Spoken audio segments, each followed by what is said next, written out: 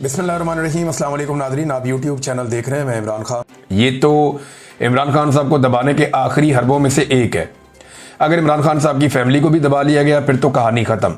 Imran Khan already jail में है, उनकी फैमिली को अगर दबा लिया जाता है तो बाहर जो मालूमात आती हैं वो आना बंद हो जाएंगी और चीज़ें उसी तरह कंट्रोल हो जाएंगी जैसे पाकिस्तान की मिलिट्री एस्टेब्लिशमेंट चाहती है। अब ये ओवरसीज़ पाकिस्तानियों की भी जिम्मेदारी है, वो भी आवाज़ उठाएं। जो पाकिस्तान के अंदर लोग हैं वो भी आवाज़ उठाएं, क्योंकि जो आखिरी आवाज़ें हैं उनको दबाने की कोशिश की जा रही है। इसमें आईएसएफ ने लीड ली है और आईएसएफ ऑफिशियल पेज के ऊपर ये छपा है कि इमरान खान और उनका ख़ानदान मुज़ामत का निशान बना हुआ है।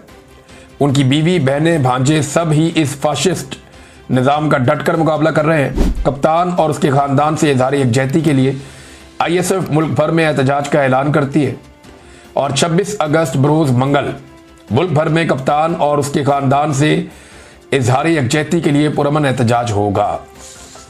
तो ये 26 तारीख मंगल वाले दिन यानी परसों के लिए ऐलान कर दिया आईएसएफ ने। अब देखते हैं कि अदालतों में भी जाना है, किस तरह लोग पहुंचते हैं, क्योंकि ये आवाज़ें अगर अब दब गई ना, अलीमा खानम की आवाज़ भी बंद हो गई तो बाकी आवाज़ें तो ऑलमोस्ट बंद हो ही चुकी हैं। अब ये एक आवाज़ रह गई, अगर ये भी बंद कर दी गई और कुछ आवाज़ें थोड़ी बहुत बाकी हैं उन्हें भी दबा लिया गया तो फिर पाकिस्तान में बोलने वाला कोई नहीं बचेगा। नाज़रीन, सुहेल वड़ाइच साहब ने, असल में ये मामला शुरू होता है माफ़ी से। जो माफ़ी की एक ख्वाहिश है जिसका इजहार सुहेल वड़ाइच के सामने किया गया और फिर सुहेल वड़ाइच साहब ने उसे कॉलम की जीनत बना दिया। अब एक नूरा कुश्ती चल रही है, कभी सुहेल वड़ाइच कुछ कहते हैं, कभी वहां से स्टेटमेंट आता है, कभी मौलवी बीच में बढ़ जाता है। तो ये एक नूरा कुश्ती चल रही है। एक्चुअली ये इशू इतना बड़ा है और इतना प्रॉब्लमेटिक है क्योंकि इसके आलमी सतह पे और पाकिस्तान के अंदर बड़े नताइज हो रहे हैं और बहुत ज़्यादा इसके इम्प्लीकेशंस हैं। जैसा कि जब आलमी सतह पे जाते हैं फील्ड मार्शल या उनके साथी तो वो ये कहते हैं जी अदालतों में मामला है इमरान खान का, हमारा उससे क्या लेना देना। लेकिन जो सुहेल वड़ाइच ने तस्दीक की कि नहीं ये माफ़ी मंगवाना चाहते हैं, जब माफ़ी हो जाए तो मामला ठीक हो जाएंगे, इमरान खान बाहर भी आ जाएगा। बाकी लोगों ने भी इससे मिलती जुलती बात बार बार की हुई है।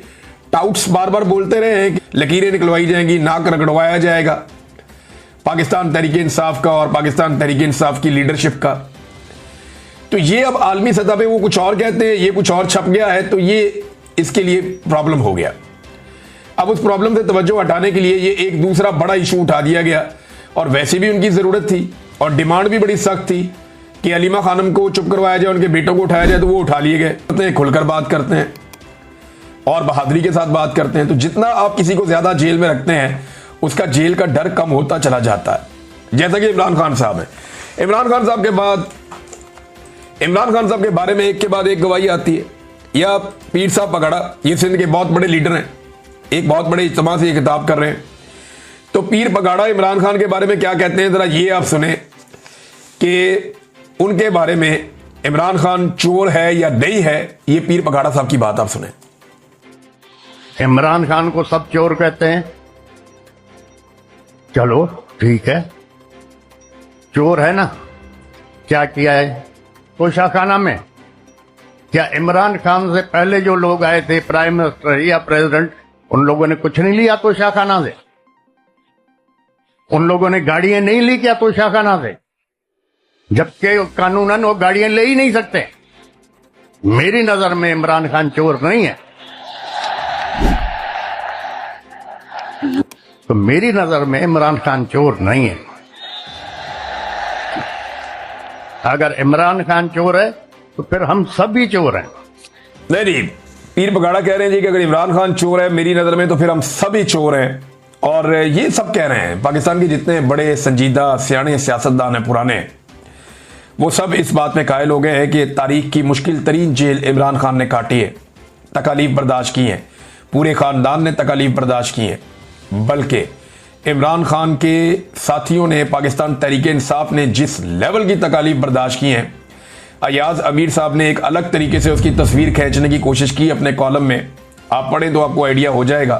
ख़ास तौर पे उन्होंने यास्मीन राशिद साहिबा को जो एक खराज तहसीन पेश किया, वो एक बहुत बड़ी बात है।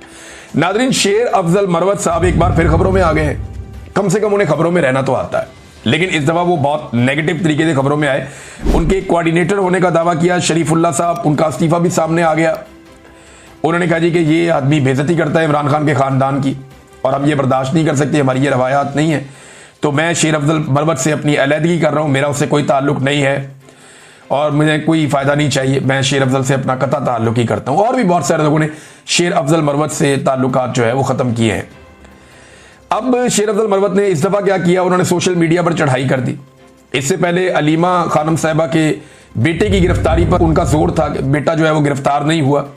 अब वो काम हो गया है, बल्कि एक नहीं 2 बेटे अलीमा खान के गिरफ्तार हो गए। और अब शेर अफजल मरवत साहब जो है वो पाकिस्तान तहरीक इंसाफ के सोशल मीडिया के ऊपर चढ़ दौड़े हैं। वजह क्या है, देखें उन्हें, मुझे ऐसा लगता है शेर अफजल मरवत साहब को सुनने के बाद कि उन्हें चंद चीज़ों का वहम है। एक, उन्हें यह लगता है कि वो इंतहाई मकबूल आदमी है। हालांकि मुझे अच्छी तरह याद है जब मैंने पहली दफ़ा शेर अफजल मरवत को देखा या सुना तो मुझे महसूस हुआ कि इस आदमी को एक इजाफी छूट मिली हुई है पाकिस्तान में। अब आ जाए नाजरीन इस बात पे कि इमरान खान साहब अब जेल में क्यों है। सिर्फ एक केस है अलकादर यूनिवर्सिटी वाला। अब कैदी नंबर 804 जो है वो सिर्फ इसलिए जेल में है, सिर्फ और सिर्फ इसलिए जेल में है कि उसने एक यूनिवर्सिटी बनाई है। कैदी नंबर 804 और उसकी एहलिया सिर्फ एक यूनिवर्सिटी बनाने के जुर्म में इस वक्त जेल में बंद है। तो अलीमा खानम साहिबा ने बड़ी तफसील के साथ ये इंटरव्यू दिया। और एक चीज़ और मैं आपके सामने रखता हूं कि अलीमा खानम का ये इंटरव्यू सेम टाइम में जब शेयर किया मारियो नोफेल ने, तो ये लगभग उस वक्त इस इंटरव्यू को 1,32,000 अफराद देख रहे थे।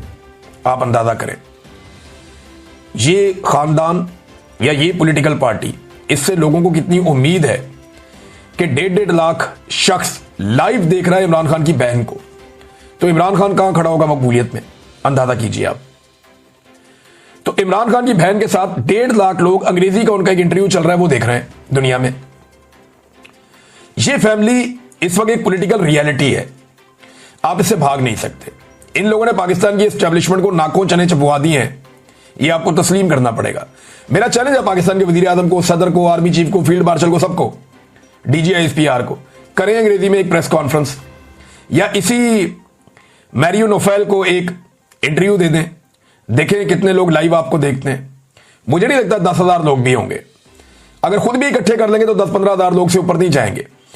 तो ये एक रियलिटी है और यही तकलीफ देती है पाकिस्तान की मिलिट्री एस्टेब्लिशमेंट को कि हमें एक आम आदमी, एक आम पाकिस्तानी कैसे चैलेंज कर सकता है। कोई कैसे हमसे आगे निकल गया, कोई कैसे अवाम की नजरों में हमसे बेहतर हो गया, कोई कैसे कौम का हीरो बन गया और हम कैसे विलन बन गए। ये मिलिट्री एस्टेब्लिशमेंट की कहानी है और उनकी गलतियों की वजह से ये सब कुछ हुआ। जब आप खुद को खुदा समझना शुरू कर देते हैं ना, तो ऐसी चीजें हो जाती है।